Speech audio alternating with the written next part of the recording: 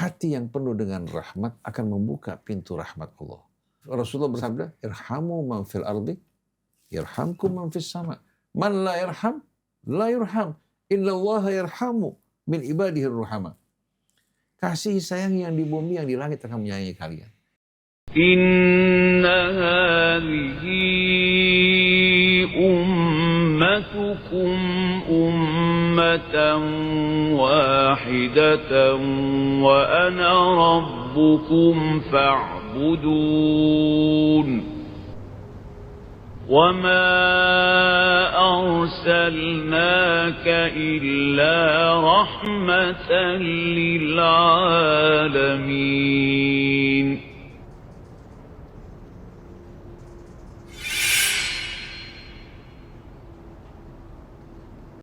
Bismillahirrahmanirrahim. Alhamdulillahirrabbilalamin. Allahumma sholli ala Muhammadin wa ali Muhammad. Assalamualaikum warahmatullahi wabarakatuh. Waalaikumsalam warahmatullahi wabarakatuh. Sahabat Ummatan Wahidah dimanapun antum berada, semoga senantiasa dalam lindungan dan rahmat Allah Subhanahu wa Ta'ala. Alhamdulillah kita berjumpa kembali dalam acara kita, Dialog di Bawah Naungan Al-Quran. Sebelum kita mulai dialog ini, mari kita memulai dengan membaca Ummul Quran Surat Al-Fatihah. A'udzu billahi minasy syaithanir rajim. Bismillahirrahmanirrahim. Alhamdulillahi rabbil alamin. Ar-Rahmanir Rahim. Maliki yaumiddin. Iyyaka na'budu wa iyyaka nasta'in. Ihdinas siratal mustaqim. Siratal ladzina an'amta 'alaihim ghairil maghdubi 'alaihim waladdallin. Amin amin ya rabbal alamin. Sahabat Ummatan Wahidah, jika antum semua mendapatkan manfaat dari channel ini, jangan lupa share, like, and comment. Jazakumullah khair. Saya mau cerita sedikit, Jadi banyak sekarang perusahaan-perusahaan karena udah nggak mampu untuk mungkin bayar karyawannya. Banyak karyawan-karyawan yang di PHK karena nggak mampu untuk bayar. Nah akhirnya sekarang ini banyak pekerja-pekerja itu yang nggak nganggur gitu di rumah. Nah di tengah kondisi ini orang banyak yang ngeluh seret Nah bagaimana Islam mengajarkan tetap sabar dan ikhtiar di tengah kondisi yang sulit, terutama untuk ibu rumah tangga, kepala keluarga, dan anak muda yang belum dapat pekerjaan. Bismillahirrahmanirrahim. Alhamdulillahi rabbil alamin. Lakal hamdu wa lakas syukru ya Rabbana ala ma'ulaita min ni'am. Saghiriha wa kabiriha, zahiriha wa batiniha, ma na'lamuha wa ma la na'lamuha. Lakal hamdu wa lakas syukru ala dhalika kulli. Allahumma salli ala Muhammadin wa ali Muhammad. Assalamualaikum ya Rasulullah. Assalamu alayna wa ala ibadillahi salihin. Wassalamualaikum warahmatullahi wabarakatuh. Allahumma atina min indika rahmah wa allimna min ladunka ilman nafi'a wa fa'na bima 'allamtana. Di tengah situasi sulit saat ini, baik di negeri kita maupun di negara-negara lain, banyak orang mengeluhkan kesulitan hidup. Baik para pemuda yang baru akan memulai pekerjaan setelah mereka selesai sekolah. Mereka juga ingin berumah tangga, mempersiapkan persiapan yang dibutuhkan dalam memasuki rumah tangga. Kemudian setelah mereka berumah tangga, orang-orang juga yang sudah bekerja kemudian di PHK dari pekerjaan mereka karena situasi sulit yang dihadapi saat ini. Membuat banyak orang betul-betul kehilangan pegangan hidup mereka. Dengan mudah syaitan menjadikan mereka sebagai mangsanya. Ada yang mendorong mereka untuk melakukan tindakan kriminal. Ada juga yang gelap mata untuk mendapatkan kebutuhan mereka melakukan usaha-usaha yang diharamkan oleh Allah Subhanahu wa Ta'ala. Bahkan banyak dari mereka yang berpindah agama. Disebabkan karena kesulitan hidup yang mereka hadapi. Oleh karena itu tidak heran Imam Ali mengatakan kadal faqru an yakuna kufra. Nyaris kekafiran itu akan menjerumuskan orang dalam kekafiran. Bagaimana kita menghadapi situasi sulit saat ini dengan keadaan yang tidak berdaya? Jawabannya, situasi bagaimanapun sulitnya, demikian pula keadaan yang tidak mendukung, ditambah bencana demi bencana ya, melanda kehidupan umat manusia. Kita harus tahu bahwasanya semua ini tidak lepas dari ilmu Allah. Dan tidak akan terjadi melainkan dengan izin Allah Subhanahu wa ta'ala. Apabila satu masyarakat beriman bertakwa kepada Allah, menjaga diri mereka dalam ketaatan kepada Allah, Allah berjanji untuk membuka pintu keberkahannya bagi mereka. Tapi apabila masyarakat lupa kepada Allah, diingatkan kepada Allah, mereka juga tidak peduli. Amar ma'ruf nahi mungkar di tengah masyarakat sudah dianggap merupakan satu hal yang asing, maka Allah Subhanahu wa ta'ala akan sempitkan kehidupan mereka. Dari suasana aman, ya, mereka akan hidup dalam ketakutan, kesedihan, dan kegelisahan. Jadi terjadinya semua ini atas izin Allah sebagai hukuman atas dosa-dosa yang mereka lakukan.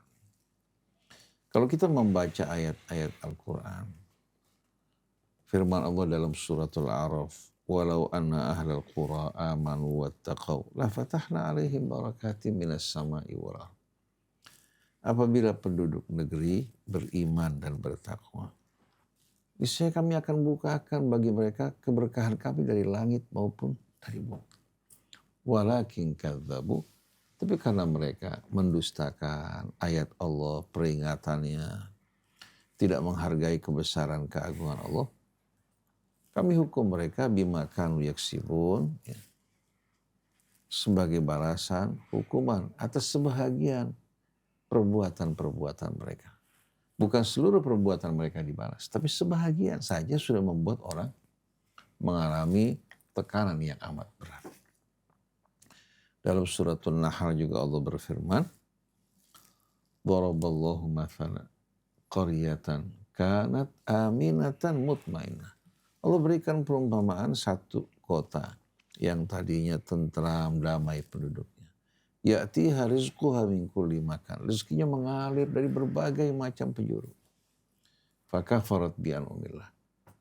Penduduknya ternyata setelah hidup dalam kesenangan mulai ingkar kepada nikmat Allah. Dipergunakan untuk perbuatan maksiat dan kejahatan. Fa'adzaqahallahu libasal ju'i wal khaufi bima kanu yasnaun. Allah buat penduduk negeri tersebut akhirnya menggunakan dan memakai pakaian kelaparan dan ketakutan. Semua adalah hasil ulah mereka.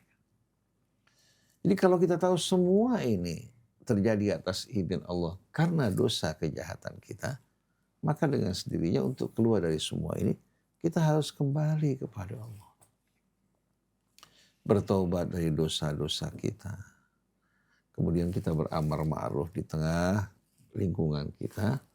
Kemudian kita mohon petunjuk dari Allah agar menunjukkan kepada kita jalan usaha yang Allah ridhai, yang akan membantu kita untuk mencukupi kebutuhan kita, keluarga kita.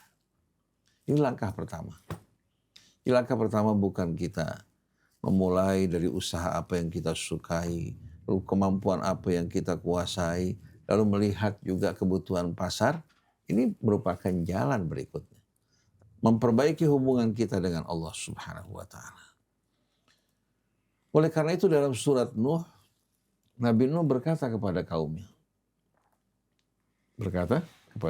Memberikan bimbingan kepada mereka menuju jalan yang akan mengeluarkan mereka dari problema hidup mereka. Faqultu astaghfiru rabbakum. Aku berkata kepada mereka, ya Allah, mohon ampunlah kalian kepada Tuhan kalian. Yursilis sama alaikum bidrahmat. Hujan yang lama tidak turun, Allah akan turunkan hujan bagi kalian dengan lebat. Wa yumdidkum bi amwalin wa banin. Allah akan melimpahkan bagi kalian harta benda dan anak-anak. Wa yaj'al lakum jannatin wa yaj'al lakum anhara. Allah juga akan menganugerahkan bagi kalian kebun-kebun, sungai yang mengalir. Malakum la tarjuna lillahi waqara. Lalu menegur kaumnya, mengapa kalian tidak sama sekali menghargai, menghormati kebesaran dan keagungan Allah. Padahal Allah pencipta kalian, yang melimpahkan nikmat karunia-Nya atas kalian. Apa yang kalian alami semuanya dari kemiskinan, kesulitan, karena kejahatan kalian. Dari kesulitan hidup, begitu juga orang-orang yang di PHK. Situasi ekonomi yang sama sekali tidak mendukung, tidak menghasilkan, malah menguras simpanan kita. Seperti kejadian COVID kemarin, itu tidak mungkin terjadi tanpa izin Allah. Pada saat-saat awal mereka masih punya simpanan. Bisnis online mulai marak, dan pada saat itu kita saksikan mereka yang bekerja, yang berusaha melalui online, mereka mendapatkan keuntungan, tapi lama-kelamaan di saat simpanan mereka habis, kembali ke dalam keadaan sepi. Nah sekarang kita mulai menghadapi kenyataan yang pahit, yang datang kepada kita tanpa kita undang. Kita berusaha menolaknya, ternyata kesulitan tersebut datang menghampiri kita, baik kita suka maupun tidak suka. Dan ini bisa berlangsung terus berlarut-larut, kecuali kalau Allah Subhanahu wa Ta'ala mengangkat kesulitan tersebut. Jalannya bagaimana? Kembali pada Allah. Allah Subhanahu wa Ta'ala dalam surah Fatir, setelah kita bertobat kembali pada Allah, memberikan kita bimbingan, petunjuk. Bagaimana kita dapat berusaha berniaga dalam satu niaga yang tidak akan pernah sama sekali bangkrut dan rugi. Innal ladzina yatluna kitab Allah. Sesungguhnya orang yang membaca, merenungkan kitab Allah. Wa aqamus shalah. Mereka juga mendirikan salat berjamaah bersama-sama. Wa anfaqu mimma razaqnahum sirran wa alaniyah. Dan mereka suka menginfakkan sebahagian yang kami berikan kepada mereka, baik secara sembunyi-sembunyi atau terang-terangan. Orang seperti mereka ini akan selalu betul-betul mengharapkan perdagangan yang tidak akan pernah bangkrut untuk selama-lamanya. Liyuwafiyahum ujurahum wa yazidahum min fadlih. Allah akan melunasi ganjaran amal mereka dunia maupun akhirat, dan Allah akan tambahkan dari karunia. Innahu ghafurun syakur. Dia maha pengampun lagi maha penyukur. Ini merupakan 3 amalan. 3 amalan. Yang pertama, membaca ayat-ayat Allah. Membaca ayat-ayat Allah, meresapi, ini pembuka pintu rezeki dan penentram hati kita. Begitu hati kita tenang, Allah kasih yang tadi tertutup terbuka semua. Yang tadinya kusut terulai kembali. Yatluna kitab Allah. Kemudian kebersamaan dalam beribadah pada Allah. Bukan kebersamaan dalam bermaksiat, mendirikan sholat. Yang ketiga, berinfak. Berinfak ini amat penting. Dan ternyata orang-orang yang berada di luar Islam, mereka menyadari, bahkan orang-orang yang tidak beragama, mereka menyadari dengan berbagi, mereka merasakan apa? Ternyata usaha mereka berkembang dengan pesat. Tapi di saat mereka bersikap kikir, mereka merasakan betul-betul apa? Ternyata usaha mereka menurun, perdagangan mereka menyepi. Jadi pertama-tama kita kembali kepada Allah, bertobat dari kesalahan kita. Bagi kaum muslimin, membaca ayat-ayat Allah yang merupakan pedoman hidup mereka. Mendirikan sholat berjamaah Dengan sholat berjamaah ini, Allah Subhanahu wa Ta'ala akan tunjukkan solusi dan jalan keluar. Bukan hanya mengerjakan sholat, mereka juga kembali bertemu, bertukar pikiran. Terkadang peluang-peluang kerja ditemukan pada saat tersebut. Bukan di lapangan golf, ya. Seperti yang saat ini kita jumpai, ya, di mana orang-orang yang mencari peluang usaha, mereka bermain golf bukan karena suka bermain golf, supaya ketemu dengan pejabat-pejabat, konglomerat. Tapi kita kembali pada Allah. Dan biasakan diri kita berinfak. Dan kita saksikan pengusaha-pengusaha terkenal di Amerika, di Eropa yang punya kesadaran, mereka menginfakkan harta mereka tidak tanggung-tanggung. Seperti Warren 34 hartanya diinfakkan untuk kemanusiaan. Ternyata setelah itu usahanya berkembang lebih pesat lagi. Nah, setelah kita memperbaiki hubungan kita dengan Allah, di samping kita beristighfar, kemudian juga kita mendirikan sholat, berinfak, dan kita juga mohon kepada Allah petunjuknya. Nah, baru pada saat itu kita mengikuti sebab yang Allah perintahkan. Seperti Sayyidah Hajar sebelum mendapatkan rezeki, dia terlebih dahulu bersa'i. Kata sa'i dalam bahasa Indonesia artinya usaha. Dia berusaha di antara Safa dan Marwa. Mencari sesuatu yang mungkin bisa membantu untuk menyambung hidupnya kalau ada kafilah berlalu. Tapi ternyata sebanyak 7 kali dia bersa'i tidak menjumpai apa-apa. Dia beristirahat, baru pada saat itu, ya Allah, aku telah laksanakan kewajiban yang kau wajibkan atas diriku untuk berusaha. Aku mengharap dari rahmat dan kebaikan. Allah kirimkan rezekinya. Allah jadikan tanah tandus kering kerontang tersebut menjadi tanah yang paling makmur di dunia. Siapa yang menyangka tanah yang kering kerontang tersebut memiliki harga termahal di dunia. Begitu juga kita saksikan Sayyidah Maryam sedang nifas dalam keadaan lemah. Untuk mendapatkan korma rutab, Allah perintahkan dia menggoyangkan pohon korma. Wahuzzi bijid'in nakhlati, goyangkan pohon korma. Tusaqit alaiki rutaban jani. Padahal dia amat lemah. Tapi Allah suka orang yang berusaha. Orang berusaha terlebih dahulu, di saat dia tidak sampai, Allah yang akan menyampaikan. Tapi kalau orang bermalas-malasan, apalagi melamun dan putus asa, apalagi di saat dia mulai ngedumel, mencaci, maki takdir, rezekinya semakin sempit. Yang membuat sempit bukan Allah, dirinya menutup pintu harapan. Di dunia terang, dia kunci pintu, dia kunci jendela, ditutupi dengan hordeng, akhirnya harapan tertutup. Nah, begitu kita berhubungan dengan Allah, pasrah kepadanya, kita mulai usaha kita, insya Allah pada saat itu Allah akan tunjukkan pintu-pintu usaha bagi kita. Dan kita harus ingat, bertakwa kepada Allah ini kuncinya. وَمَنْ يَتَّقِ اللَّهَ يَجْعَلْ لَهُ مَخْرَجًا وَيَرْزُقْهُ مِنْ حَيْثُ لَا يَحْتَسِبُ. Siapa yang bertakwa kepada Allah, Allah akan memberikan jalan keluar baginya. Dan memberikan rezeki dari jalan yang tidak terduga. Kalau perkawinan bagi sebahagian orang merupakan beban, sedangkan menurut petunjuk Allah, perkawinan justru pembuka pintu kekayaan. Allah berfirman, wa ankihul ayama minkum wassalihina min ibadikum wa imaikum. Kawinkan anak-anak kalian yang belum berumah tangga dari mereka.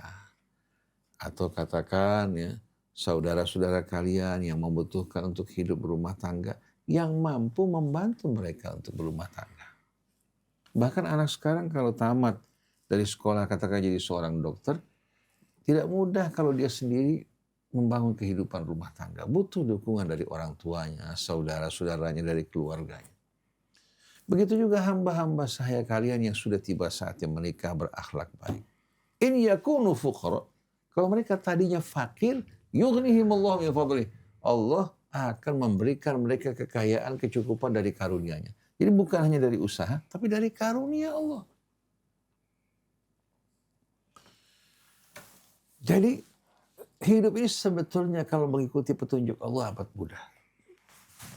Kalau kita ikuti petunjuk Allah. Tapi karena manusia lupa kepada Allah, seperti yang Allah bilang dalam Al-Quran, وَلَا تَكُونُوا كَالَّذِينَ نَسُوا اللَّهَ فَأَنسَاهُمْ أَنفُسَهُمْ. Jangan kalian termasuk orang yang lupa pada Allah, Akhirnya Allah membuat mereka lupa diri. Kacamata di kepalanya dia cari ke sana kemari. Jam tangan sudah dipakai, dia mencari jamnya. Bayangkan, tasnya di tangannya, dia bilang, mana tas saya? Artinya apa?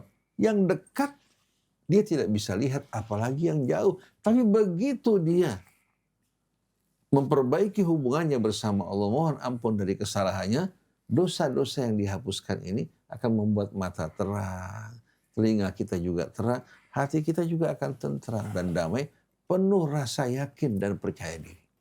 Begitu orang punya rasa percaya diri dan yakin, berhubungan dengan orang juga apa? Meyakinkan.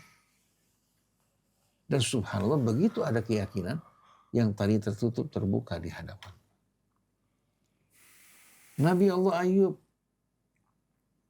dari mulai kehilangan hartanya, anak-anaknya satu persatu, kemudian kesehatannya pun hilang. Dia tidak berputus asa. Setelah dia melalui cobaan yang begitu banyak, dia mohon pada Allah. Wa nada rabbahu anni massaniya syaitanu binusbin wa adab, ya Allah.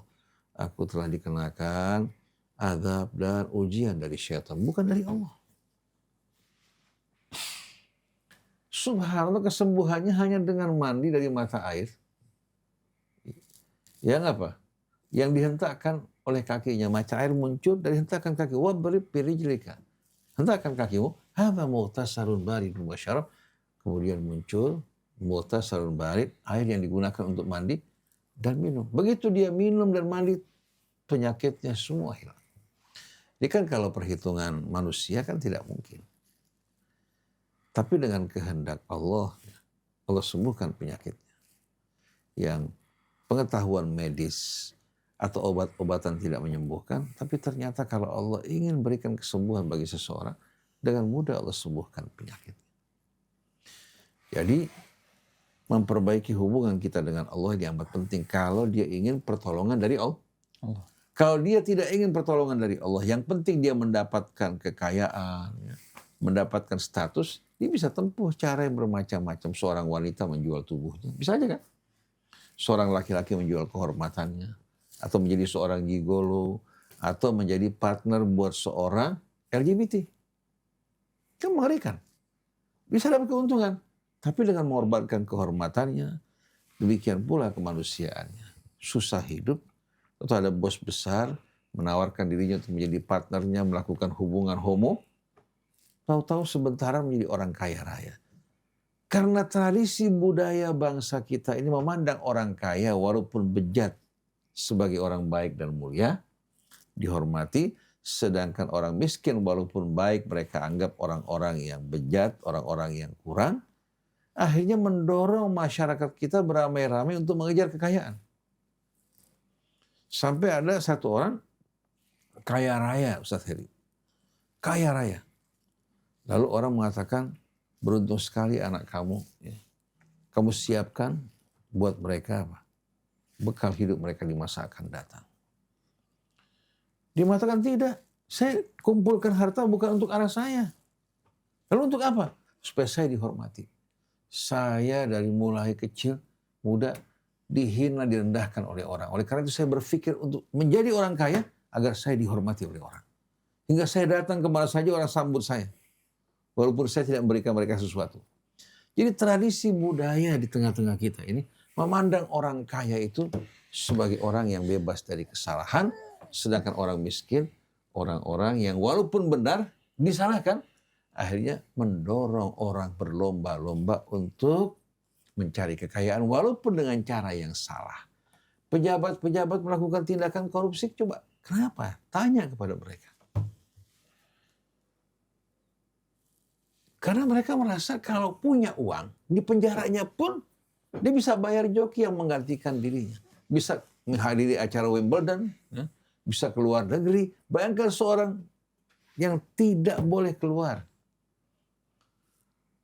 Statusnya sebagai narapidana. Tapi ternyata dia bisa keluar di negeri kita. Dan mereka tahu bahwa semua bisa dibeli dengan uang. Sampai ulama pun mereka bisa beli. Nah ini betul-betul merupakan apa? Merupakan jalan menuju bencana yang merusak moral bangsa kita dari mulai atas sampai ke bawah, dari hulu sampai ke hilir.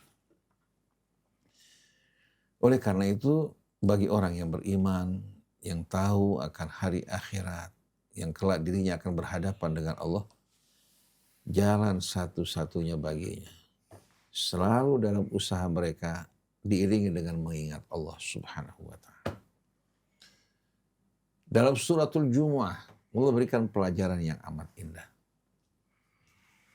Pertama-tama pada saat panggilan Allah untuk mengerjakan sholat, orang disuruh meninggalkan semua pekerjaan mereka. Bisnis mereka, perdagangan mereka. Seringkali datang cobaan, pada saat mau sholat Jumat, tahu-tahu ada kesepakatan untuk membayar. Ada transaksi. Kalau dia tinggalkan, takut transaksinya pergi. Kalau dia teruskan, sholat Jumat ditinggalkan. Atau mepet sekali. Allah sebutkan di sini, ya ayyuhalladzina amanu idza nudiya lis-shalah min yaumil jum'ati fas'au ila dzikrillah. Wahai orang-orang yang beriman, apabila kalian diundang, dipanggil oleh Allah, diseru untuk menghadiri sholat al-jumu'ah, di mana kalian berkumpul bersama-sama meninggalkan musola-musola kalian. Fas'au, berusaha kalian untuk berzikir kepada Allah. Dzalikum khairul lakum in kuntum ta'lamun. Semua itu akan lebih baik bagi kalian dibandingkan dengan apa? Kesibukan kalian berusaha dan keuntungan yang kalian harapkan kalau kalian tahu. Karena keberkahan usaha kita, keuntungan kita sebetulnya atas izin Allah Subhanahu wa Ta'ala.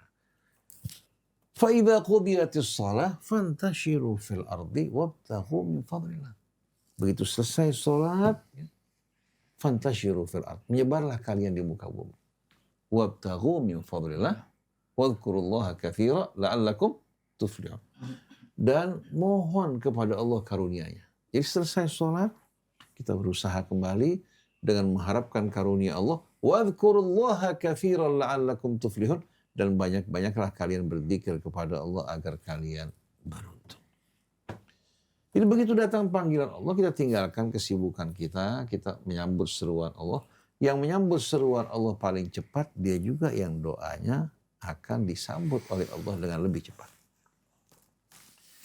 Nah, bagi mereka-mereka yang terpaku oleh berbagai macam katakan standar, mereka-mereka yang menjadikan materi sebagai tujuan hidup mereka, mengumpulkan kekayaan, di mata mereka mana mungkin. Saya ingat bahkan ketika saya sering melakukan sholat, kemudian sholat tasbih dan lain sebagainya. Satu orang tegur saya, yang bikin orang susah, orang Islam ini susah, karena terlalu banyak sholat. Pada sholat yang kita lakukan di luar waktu kerja. Contohnya si fulan tuh miskin. Kenapa? Terlalu banyak sholat dan berzikir. Ini yang bicara orang Islam. Yang bicara orang Islam. Karena di mata dia untuk mendapatkan kekayaan, bukan ini jalannya. Dengan usaha dia semata-mata, dia lupa. Usaha dan keberkahannya tanpa izin Allah Subhanahu wa Ta'ala, dia tidak akan mendapatkan apa-apa.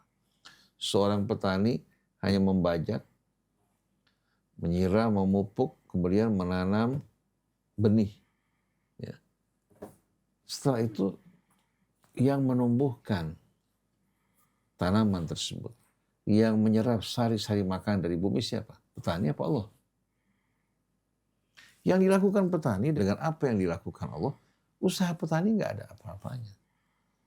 Allah perintahkan kita berusaha. Kalau kita berusaha dengan selalu mengingat Allah, mengharapkan karunia Allah, berikan baginya rezeki dengan jalan yang tak terduga-duga.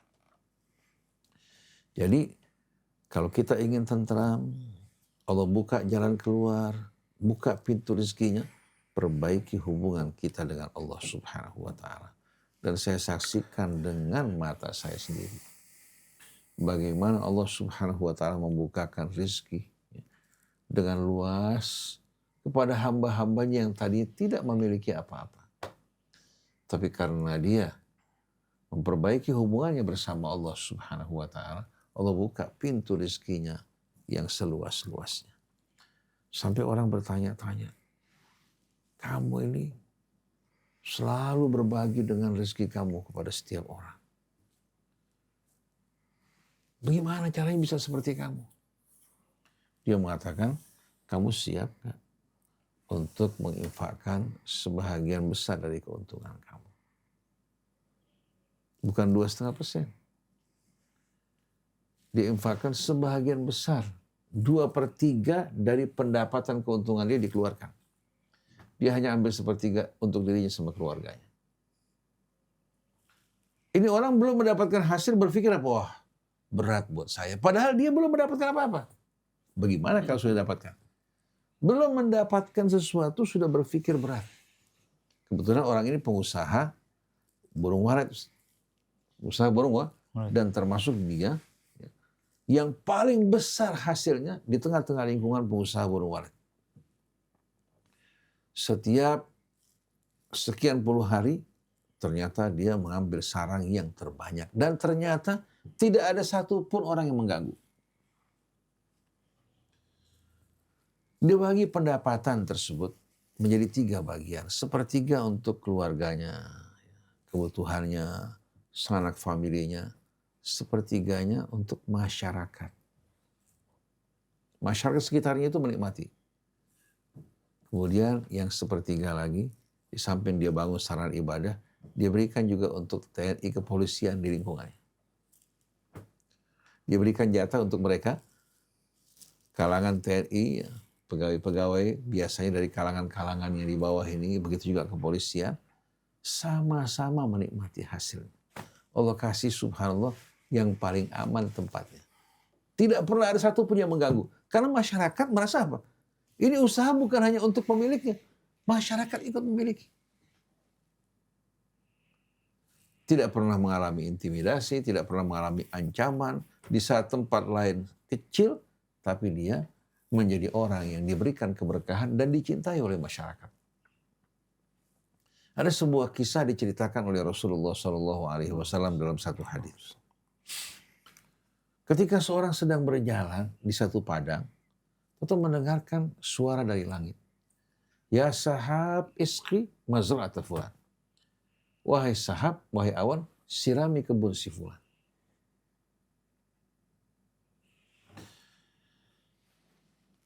Akhirnya orang ini penasaran.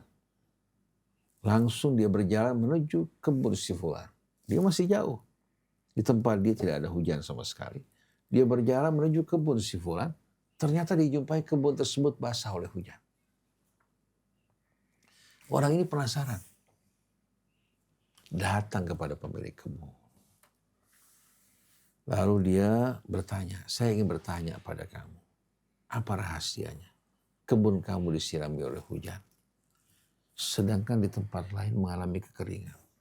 Saya berjalan ya, melintasi berbagai macam kebun. Mereka tidak mendapatkan hujan. Tapi apa kelebihan kamu? Kamu menerima hujan. Bahkan saya dengar suara. Ya sahab isqi mazra'ata fulan. Lalu orang ini mengatakan saya tidak melakukan apa-apa. Cuma saya membagi kebun saya hasilnya 3 bagian. 1/3 untuk saya dan keluarga. 1/3 untuk masyarakat di sekitar yang membutuhkan. 1/3 lagi saya biarkan di pohon dimakan oleh binatang, oleh burung-burung. Siapa yang berpikir untuk menyediakan bagi apa? Burung-burung juga makhluk hidup.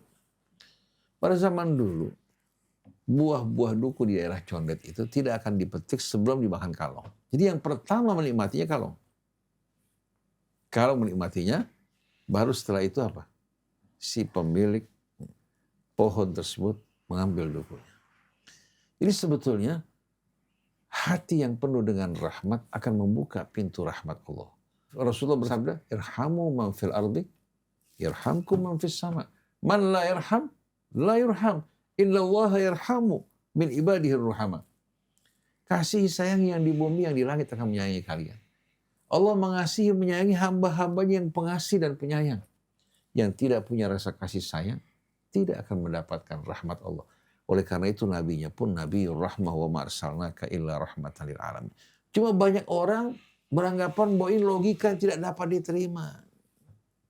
Padahal kalau dia berbagi dengan nikmat Allah, Allah buka pintu rezekinya. Dalam satu ucapan Imam Ali mengatakan, at-tauhid nisfuddin. Tauhid itu separuh dari agama. Karena dia merupakan fondasinya. Wastanzilur rizqa bis sadaqah. Pancing turunnya rezeki dengan sedekah. Sedekah itu memancing apa? Turunnya rezeki. Menyembuhkan juga penyakit. Wada'u mardakum bis sadaqat. Obati orang-orang yang sakit dari kalian dengan sedekah. Dulu waktu Abah pertama kali pulang dari Mesir. Mau menikah tidak punya apa-apa. Mau menikah gak punya apa-apa sama sekali. Kalau kita bicara soal pernikahan, orang bilang, ente punya penghasilan belum? Memang berumah tangga itu mau kasih makan doa. Itu ucapan mereka. Bahkan kita melamar satu orang ditolak. Melamar juga kedua ditolak. Dibilang, Ustadz nasibnya nggak jelas. Masa depannya nggak jelas. Allah kasih alhamdulillah. Kita istikharah minta Allah yang pilihkan. Tanpa kita melihat. Allah kasih subhanallah. Allah mudahkan jodohnya. Kita berumah tangga.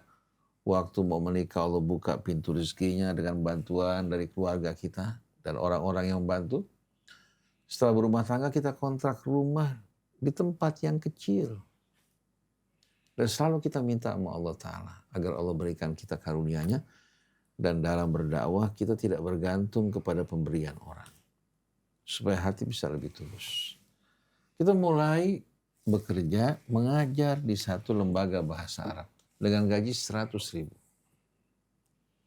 Kebutuhan kita pada saat itu kurang lebih tahun 86 itu 300.000 itu pas-pasan.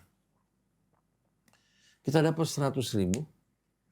Kita keluarkan 20%, 20.000. Kita infakkan buat keluarga, semua orang yang butuh. Jadi kita pegang cuma 80.000. Tapi Allah kasih, dari yang kita keluarkan ini, Allah subhanahu wa ta'ala berikan rahmat dan kemurahan. Sedikit-sedikit dari mulai kita kata-kata tengkurap, kemudian merayap, duduk, berdiri, berjalan, betul-betul di bawah rahmat Allah. Kita kontrak rumah. Pada saat itu, diantaranya hasil jual perabotan pernikahan kita. Setelah itu tahun berikutnya kita masih belum punya uang untuk kontrak. Tapi dengan rahmat Allah, tahu-tahu satu orang, kebetulan ipar kita, mau pindah rumah, dia serahkan kontrakannya kepada kita. Over kontrak. Tinggal di sana alhamdulillah. Begitu tahun kedua, masyarakat tempat kita mengajar, bertanya, Ustaz mau pindah kemana Ustaz nih? Kontrakan sudah hampir habis. Pada saat itu belum ada apa-apa sama sekali. Belum ada uang sama sekali. Tahu-tahu satu orang berikan hadiah babah sebanyak 1 juta rupiah. Kita siapkan untuk kontrak rumah berikutnya. Ternyata belum tiba masa pembayaran kontrakan, ada satu rumah warga, tetangga, atapnya rubuh. Akhirnya kita ajak beberapa orang untuk membantu. Uang yang 1 juta kita keluarkan, kita gunakan untuk memperbaiki rumahnya. Atau dengan rahmat Allah, satu orang teman kita bilang, Ustadz, saya punya tanah kurang lebih sekitar 200 meter. Nanti bayar kapan saja, nanti bangun tuh rumah. Setuju. Kita pinjam, telepon satu orang pinjam uang untuk bangun rumah. Itu orang mengatakan siap. Pada saat itu hanya 10 juta rupiah. Tapi dengan rahmat Allah, kita bisa bayar tanahnya. Pada saat itu cuma 6 juta rupiah. Kita bangun rumah dari sisanya sedikit demi sedikit. Jadi sebuah rumah alhamdulillah yang cukup baik. Kalau kita pertahankan uang 1 juta buat bayar kontrak rumah, kita nggak mungkin dapat rumah tersebut. Pelan-pelan Allah berikan pendidikan dari mulai susah, sempit, sulit, bahkan pernah terlilit hutang, tapi kita selalu pasrah pada Allah. Dan alhamdulillah kita nggak mengulurkan tangan minta sama orang, dan kita nggak mempermalukan apa yang kita sampaikan dengan kita minta-minta sama orang. Tapi Allah turun tangan untuk memberikan bantuan. Ini berlangsung bukan setahun, 2 tahun, bertahun-tahun. Kemudian setelah kita punya rumah, datang kita kebanjiran. Sekali, 2 kali. Tapi dengan rahmat Allah subhanahu wa ta'ala, Allah pindahkan kita ke tempat yang lebih luas, lebih baik lagi. Di dalam kehidupan rumah tangga tidak pernah kita lepas dari cobaan. Dan cobaan ini yang selalu mengingatkan, mendekatkan kita untuk merapat kepada Allah. Jadi tidak penting apa itu jenis usahanya. Kita serahkan pada Allah yang memilihkan buat kita. Yang penting perbaiki hubungan kita dengan Allah. Setelah itu kita minta karunia-Nya. Minta rezekinya. Nanti Allah yang akan tunjukkan usaha buat kita. Apa yang kita akan apa? Jadikan sebagai sebab usaha kita. Jadi perhatian kita pertama-tama perbaiki hubungan kita dengan Allah. Bertakwa kepadanya. Setelah itu kita mulai apa? Bertanya apa yang kita suka dalam usaha. Apa kemampuan kita? Karena kalau kita mengerjakan sesuatu yang kita suka itu mudah. Kemudian kemampuan kita sesuaikan. Dan jangan langsung mau mengerjakan bisnis yang besar, yang meraih keuntungan yang besar. Kita mulai sesuai dengan kemampuan kita. Setelah itu kita juga melihat-lihat pasar. Jangan pertama bicara modal. Ada orang pertama kali bicara modal. Walaupun orang punya modal besar. Tapi kalau dia produksi sesuatu yang tidak dibutuhkan pasar, nggak ada gunanya. Bukan modal dulu, pertama kita lihat ya, kemampuan kita, apa yang kita suka, kemudian kita lihat pasar, ya, kemudian kita pilih mana kira-kira yang bisa kita lakukan untuk mensuplai kebutuhan pasar sesuai dengan kemampuan kita. Kalau kita lakukan hal ini, insya Allah, Allah subhanahu wa ta'ala, dengan selalu kita mengingat Allah bersama Allah, Allah akan bukakan pintu rezeki kita semuanya. Kita ingat sebagai contoh, Nabi Allah Yusuf alaihi salatu wassalam. Nabi Allah Yusuf, kita tahu ya bagaimana beliau dibuang oleh saudaranya ke dalam sumur. Dijual di pasar perbudakan. Kemudian setelah dia masuk ke rumah dari apa? Dari salah satu pembesar di Mesir, ternyata digoda oleh wanitanya. Tapi dia menolak semua itu, bahkan rela masuk penjara. Pada akhirnya, dari kesempitan Allah tempatkan di tempat yang mulia setelah melalui ujian demi ujian. Waktu saudara-saudaranya datang mengatakan, sungguh Allah telah mengutamakan kamu dari kami. Yusuf mengatakan apa? Tahu rahasianya? Innahu man yattaqi wa yasbir fa innallaha la yudhi'u ajrul muhsin. Siapa saja yang bertakwa, bersabar, Allah tidak akan sia-siakan balasan bagi orang yang berbuat kebaikan. Jadi sabar dalam usaha, bertakwa, kemudian berbuat kebaikan. Tapi kalau kita melamun, tanpa kita sama sekali kembali pada Allah, maka semua jalan akan tertutup buat kita semua. Jadi mulai dengan hubungan kita bersama Allah, perbaiki hubungan kita bersama manusia, kemudian kita minta pada Allah petunjuknya, usaha apa yang bisa kita lakukan. Terkadang usaha tersebut tidak harus sesuai dengan apa? Dengan bidang pendidikan kita. Pendidikan hanya untuk membuat kita mempunyai wawasan, pengetahuan. Tapi tidak harus usaha kita sesuai dengan bidang pendidikan kita. Kalau sesuai, alhamdulillah. Kalau tidak sesuai, banyak jalan lain. Banyak jalan lain yang bisa kita lakukan. Wallahu a'lam. Ali melihat banyak banget orang kita itu cita-citanya pengen kaya. Yang kaya pengen makin kaya, sampai dia korupsi. Yang belum kaya berusaha keras, bahkan sampai menzalimi orang. Dan yang miskin tidak punya kesempatan secara ekonomi berbuat jahat dan buruk. Apa sepenting itu jadi kaya? Apakah penting posisi kaya di sisi Allah? Harus bagaimana dengan rasa haus pada dunia ini, Pak? Bismillahirrahmanirrahim. Alhamdulillah rabbil alamin. Allahumma shalli ala Muhammadin wa ala. Allah subhanahu wa ta'ala dalam Al-Quran selalu mengingatkan kita. bahwa kehidupan akhirat itu lebih baik dari kehidupan dunia ini. Dan Allah akan menganugerahkan kita di hari akhirat yang akan membuat kita ridha, sebagaimana yang Allah janjikan bagi Rasulnya. Oleh karena itu tujuan orang yang beriman bukanlah kehidupan dunia, tapi kehidupan dunia ini menjadi sarana, ya, jalan untuk meraih kemuliaan, kekayaan, kebahagiaan di hari akhir nanti.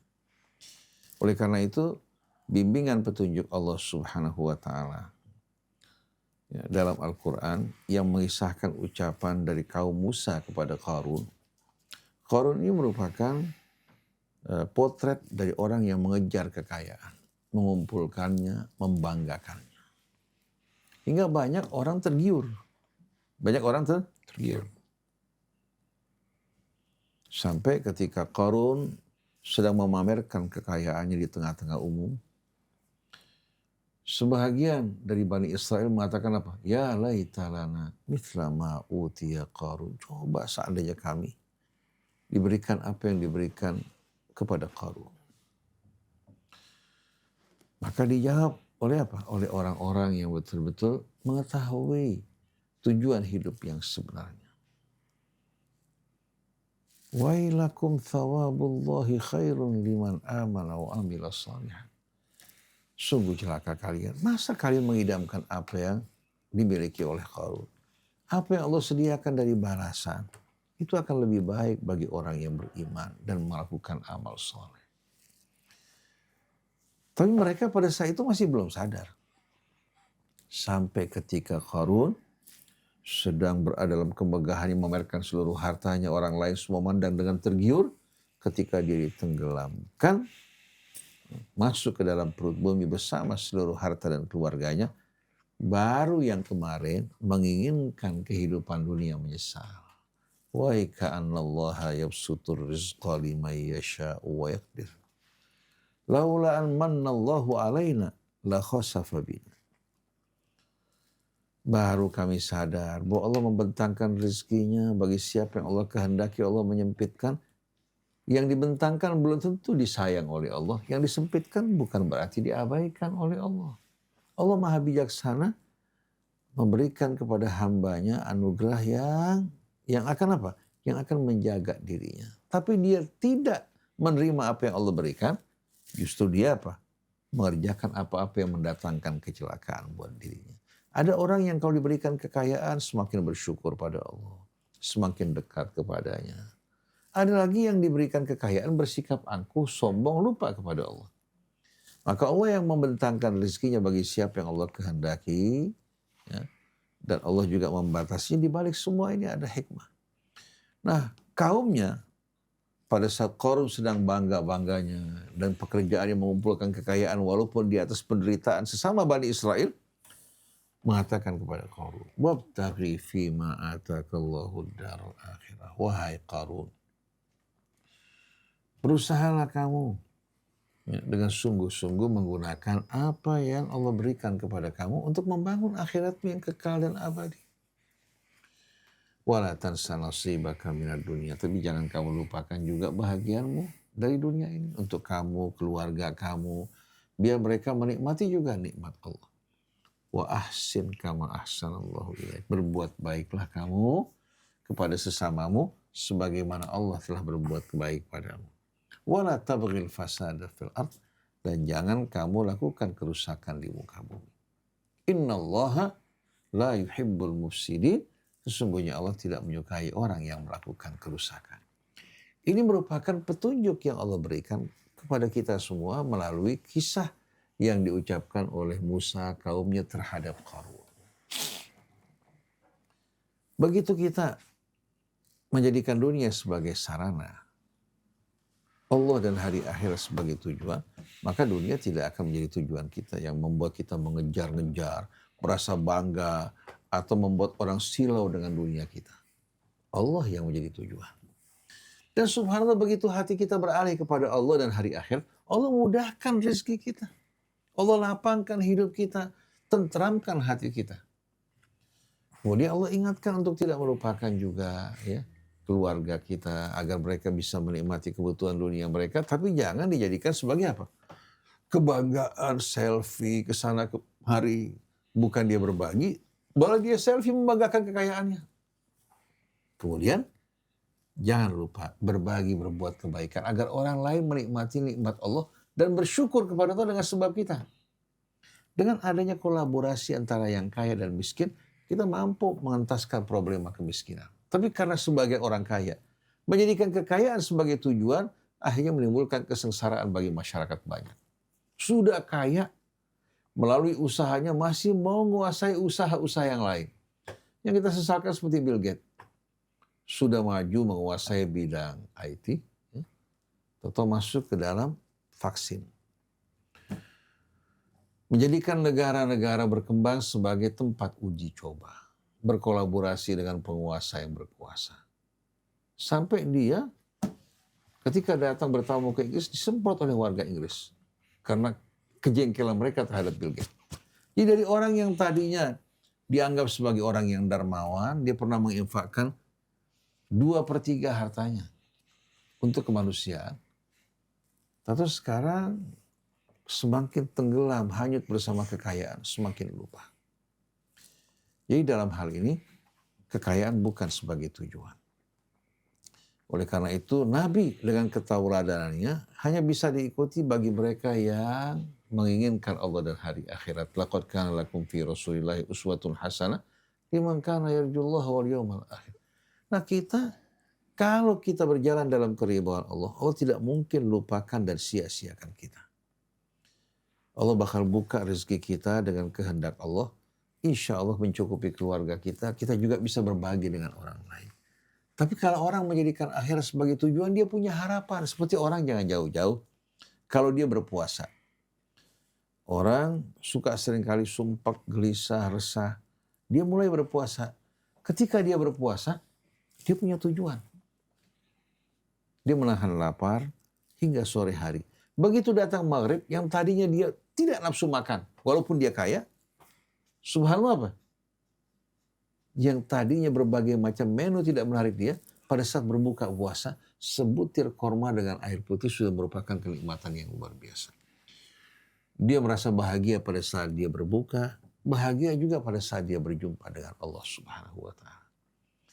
Jadi kalau kita beramal di dunia, ada yang kita harapkan dan kita harapkan merupakan sesuatu yang besar. Bukan dunia ini, dunia di mata kita kecil. Dan kita tidak akan membesarkan juga pemilik dunia, tapi kita akan membesarkan, mengagungkan Allah. Jadi jadikan Allah dan hari akhirat sebagai tujuan dan Nabi sebagai tauladan kita. Sebagai suri tauladan yang sebaik-baiknya, kemudian kita berjuang di jalan Allah.